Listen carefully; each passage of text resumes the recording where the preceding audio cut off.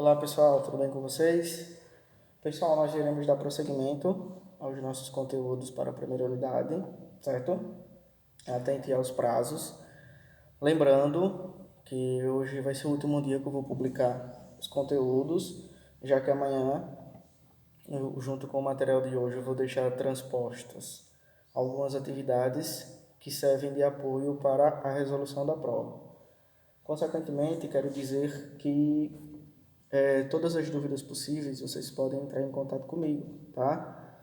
E aí, posteriormente, a gente tira todas as dúvidas oriundas, tá bom? E então, na sexta-feira, ficou certo da gente fazer uma pequena revisão e, consequentemente, fazer a aplicabilidade da prova, né? De antemão, também eu já transponho que é permissível que dentro dessas atividades vocês respondam, né? As atividades que eu vou deixar servem para que vocês respondam e, consequentemente, embasarem as suas dúvidas, né? Porque a gente só tem dúvida quando a gente começa a exercitar aquele conteúdo que a gente está embasado, que a gente está vendo, né? Então, consequentemente, quando vocês forem responder, por gentileza, é só entrar em contato comigo que eu tiro qualquer dúvida, tá bom? Partindo para o princípio das classes gramaticais, nós iremos tratar agora de um assunto chamado formação de palavras ou estrutura de palavras. Aí você vai me perguntar assim, professor, por que é que eu tenho que aprender esse assunto dentro de um eixo técnico, né, dentro de um curso técnico? Por exemplo, a palavra infelizmente, né? A palavra infelizmente é com Z ou com S? Essa é uma dúvida inerente que a gente tem, por exemplo, na hora da escrita, né? Essa palavra é com S, com C? Como é que é essa palavra?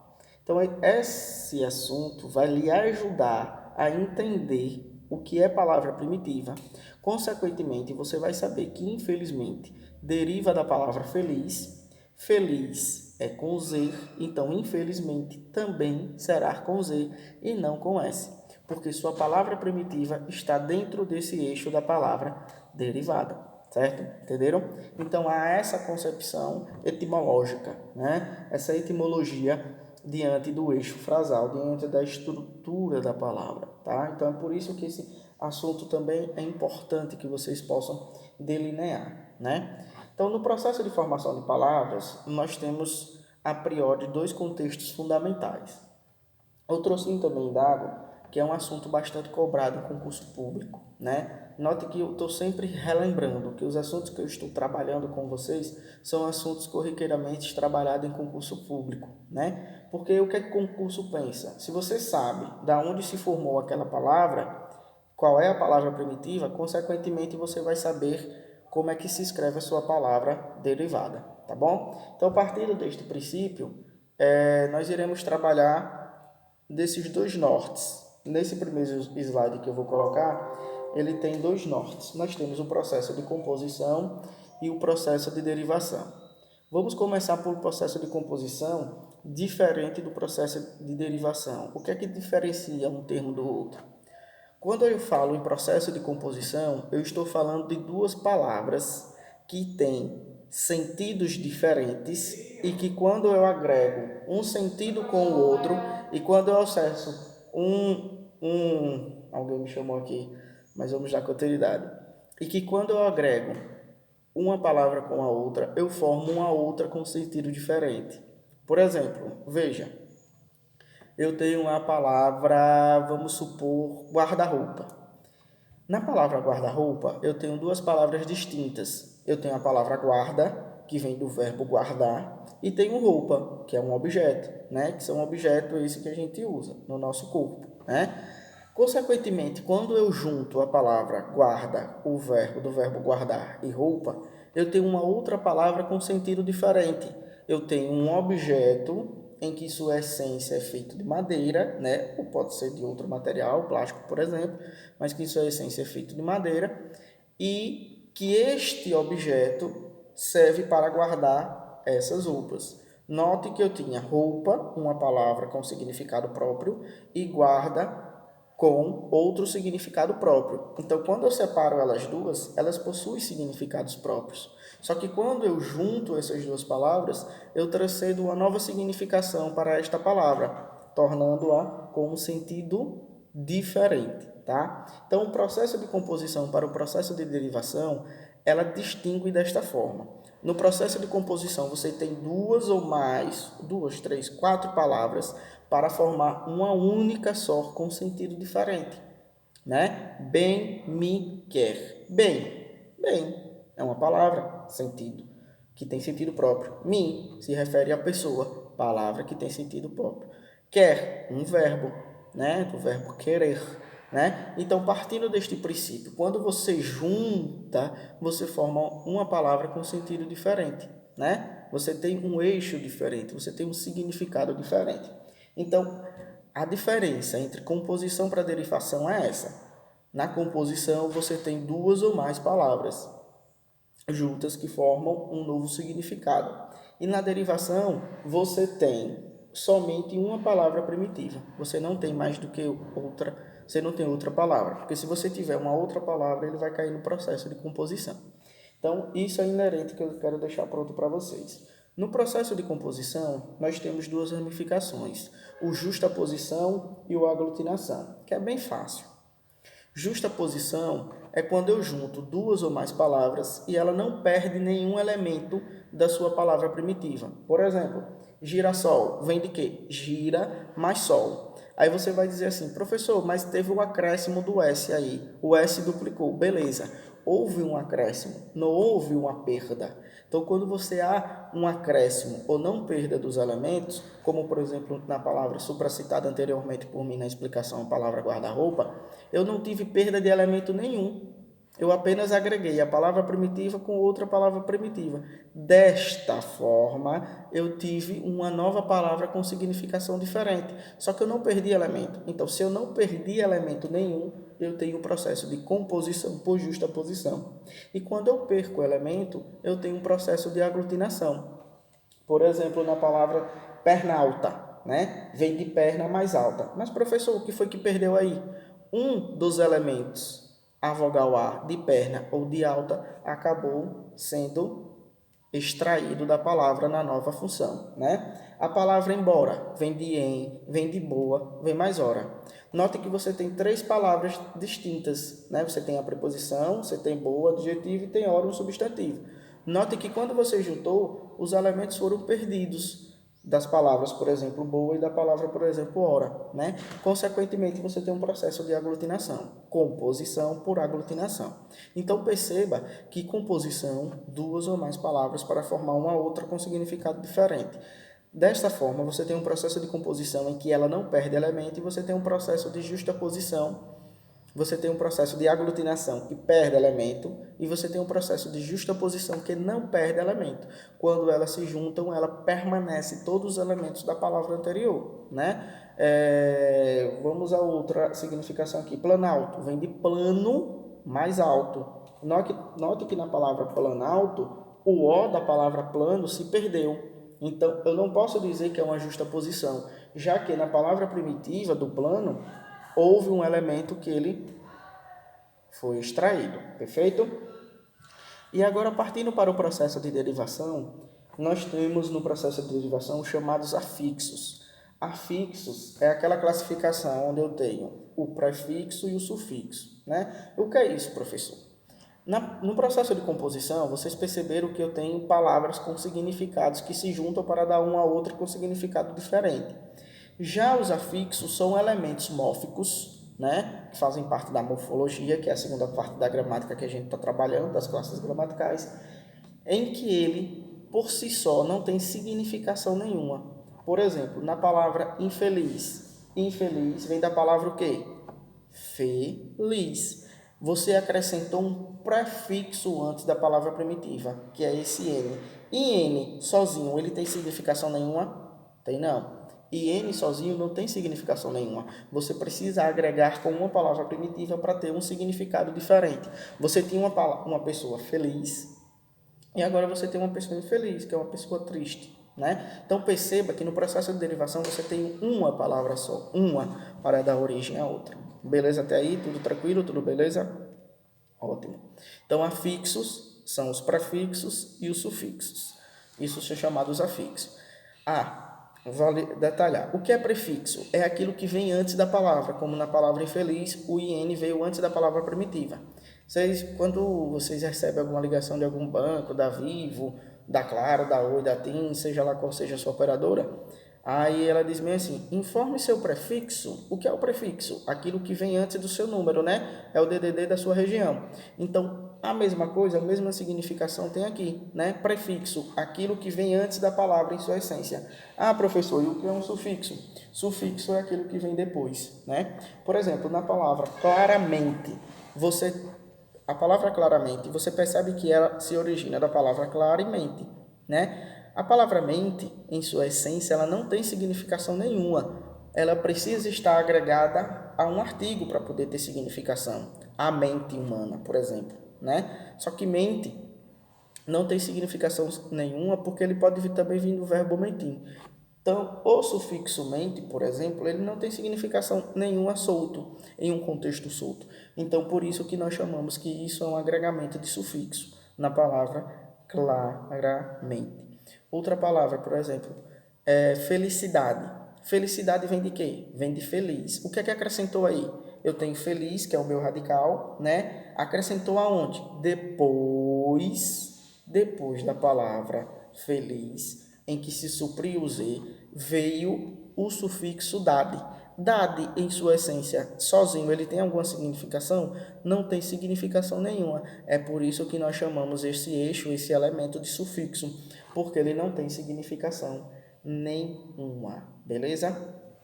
Partindo para o segundo slide, pessoal, nós temos aí 3 processos agora: parasintética ou parassíntese, regressiva ou imprópria.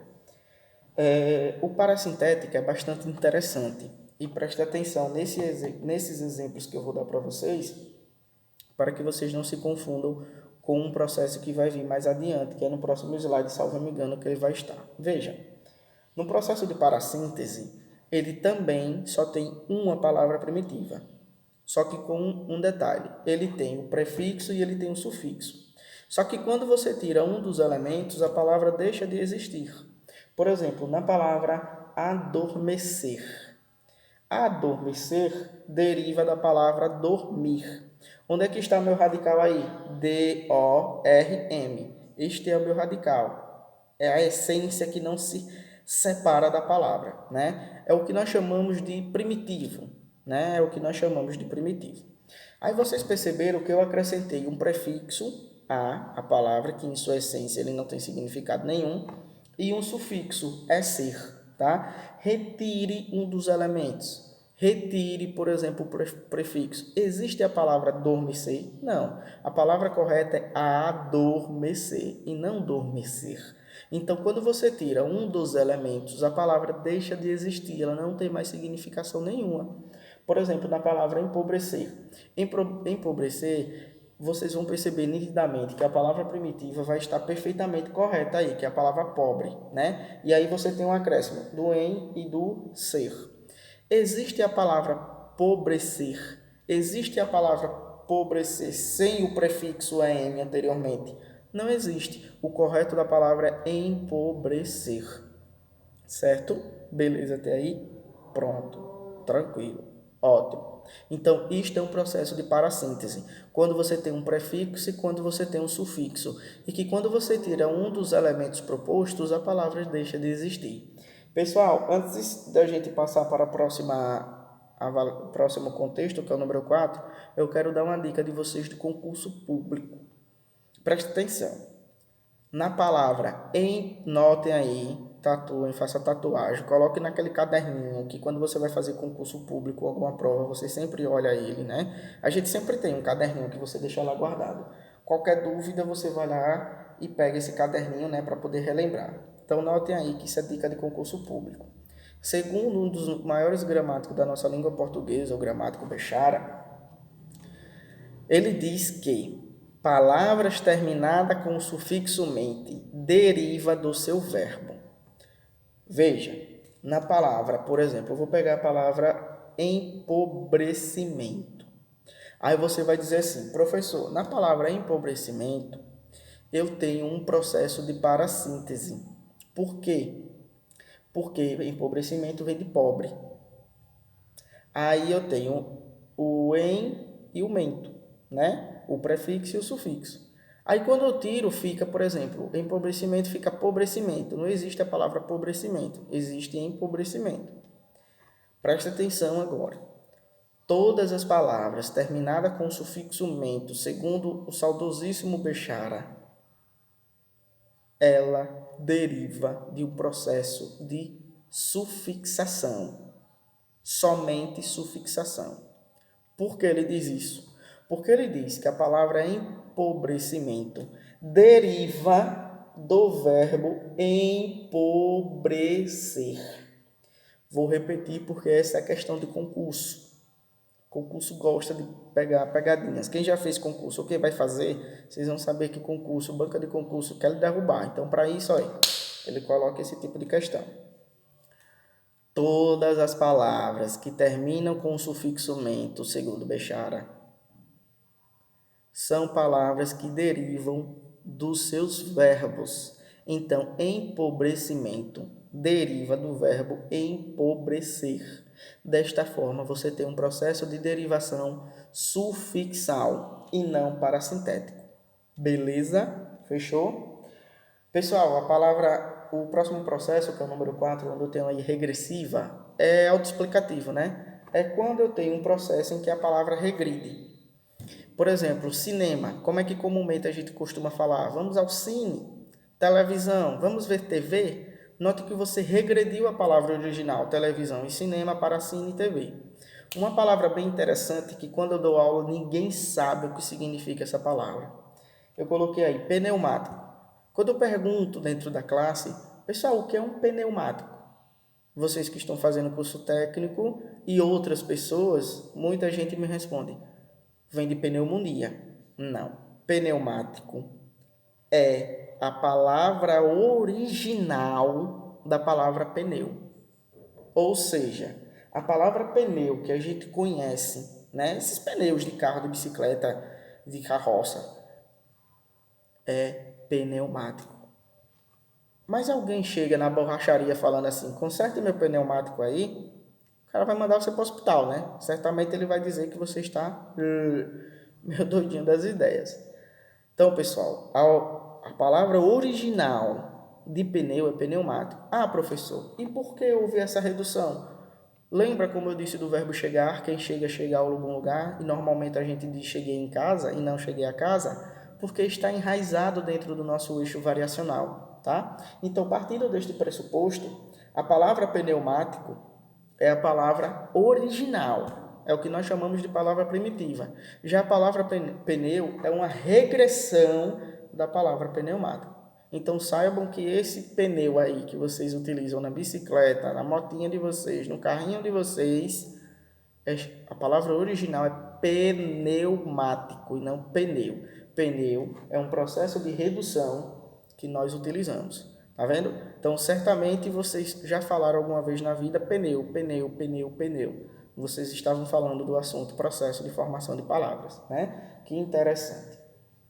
Pessoal, na palavra imprópria, na derivação imprópria, nós temos a alteração da classe gramatical. Por isso que nós estamos trabalhando dentro desse conteúdo, né? As classes gramaticais, nós estamos trabalhando esse conteúdo também, processo de formação de palavras. Porque é o seguinte, ele contextualiza uma mudança de classe gramatical. Por exemplo, quando eu digo assim na frase, o coelho é bonito. Esse coelho aí é um substantivo, porque eu estou se referindo ao animal. Agora, quando eu digo assim, o homem é um coelho. Esse coelho é adjetivo, porque ele está dando característica ao coelho, né? Ou seja, que ele pode ser bonitinho, que ele pode comer bastante cenoura, né? Note que é uma característica do homem que eu estou dando. Então, esse coelho, ele deixou de ser substantivo, ele deixou de ter valor substantivo e agora ele é um adjetivo porque eu estou dando característica a um substantivo que é o homem. Beleza, pessoal? Pronto. Partindo para o próximo slide, que é o número 6, onde eu tenho derivação prefixal e sufixal ao mesmo tempo, é isso que eu queria chamar a atenção, não se confundir com o processo de parassíntese. No processo de parassíntese, você tem o prefixo e o sufixo. Só que as características do infelizmente e de deslealdade, como está aí no adereço seguinte, você continua com significação da palavra. Por exemplo, na palavra infelizmente, a palavra infelizmente deriva da palavra feliz. Você acrescentou o quê? O prefixo in e o sufixo mente. Só que quando você tira um dos elementos, a palavra continua existindo. Como, por exemplo, existe a palavra felizmente e existe a palavra infeliz. Então, perceberam? Deslealdade vem de quê? De leal. Quando você tira o des, fica lealdade. Quando você tira o dade, fica desleal. A palavra continua existindo. Então, quando você tira um dos elementos, a palavra continua existindo. Já na parassintética, a palavra deixa de existir, tá? E aí, partindo para o próximo slide, finalizando as nossas tarefas desta aula do processo de formação de palavras, eu tenho um processo de hibridismo. Esse processo de hibridismo, ele é muito pouco cobrado. Por exemplo, vocês lembram que lá no início das nossas atividades, das nossas aulas, eu dei o exemplo da palavra álcool, em que eu disse que ela é derivada do árabe. Então, quando eu falei isso, eu estou falando do processo de formação de hibridismo. E por que é muito pouco cobrado em concurso público em prova? Porque você precisava saber a etimologia de todas as palavras, de onde foi que ela veio. Então, por exemplo, quando você tem um hibridismo, você precisa saber que a palavra álcool vem do árabe e que aí você tem um hibridismo nele contido, certo? Então, note que para você detectar esse hibridismo é muito complicado porque você precisa saber a etimologia da palavra. Normalmente, quando se cobra em questões de hibridismo dentro do eixo de concurso, ele vem transcendendo uma interpretação textual antes da palavra. E aí você precisa só saber o conceito, que hibridismo é o processo de formação de palavras que deriva de uma outra língua, tá bom? E no processo de onomatopeia, vocês já posteriormente leram o gibi, né? Zoom, toc toc, pac pac, né? Então, posteriormente, a onomatopeia é esse processo de formação que serve para dar sons que a gente escreve, os sons que a gente faz, né? Toc toc. Então, toc toc. Essa escrita TOC, tracinho TOC, é a classificação de onomatopeia que determina o som. Por exemplo, miau é o som como o gato faz. Então, isso é onomatopeia, tá? E eu tenho uma palavra, e eu tenho, por último, as siglas, né? Como, por exemplo, IBGE. IBGE é uma sigla, tá? IBGE é uma sigla porque faz referência ao contexto do Instituto Brasileiro Geográfico de Estatística, né? Então, é uma sigla por conta dessa determinação, tá? Não confundir petróleo com sigla. Petróleo, você tem um processo de composição. Por quê? Porque vem da palavra pedra mais óleo, tá? Então você tem duas palavras aí, você tem uma composição por aglutinação. Muita gente acha que petróleo é uma sigla também, só que não é uma sigla, tá? Sigla é quando você tem aquelas palavras, por exemplo, SBT, Sistema Brasileiro de Televisão, né? SBT é a sigla desta nomenclatura para representar a empresa. Tá bom, pessoal? Então, espero que vocês tenham entendido. Vou deixar este conteúdo proposto para que vocês façam e, consequentemente, vocês possam tirar todas as dúvidas comigo, tá? Tchau, pessoal. Até o próximo conteúdo.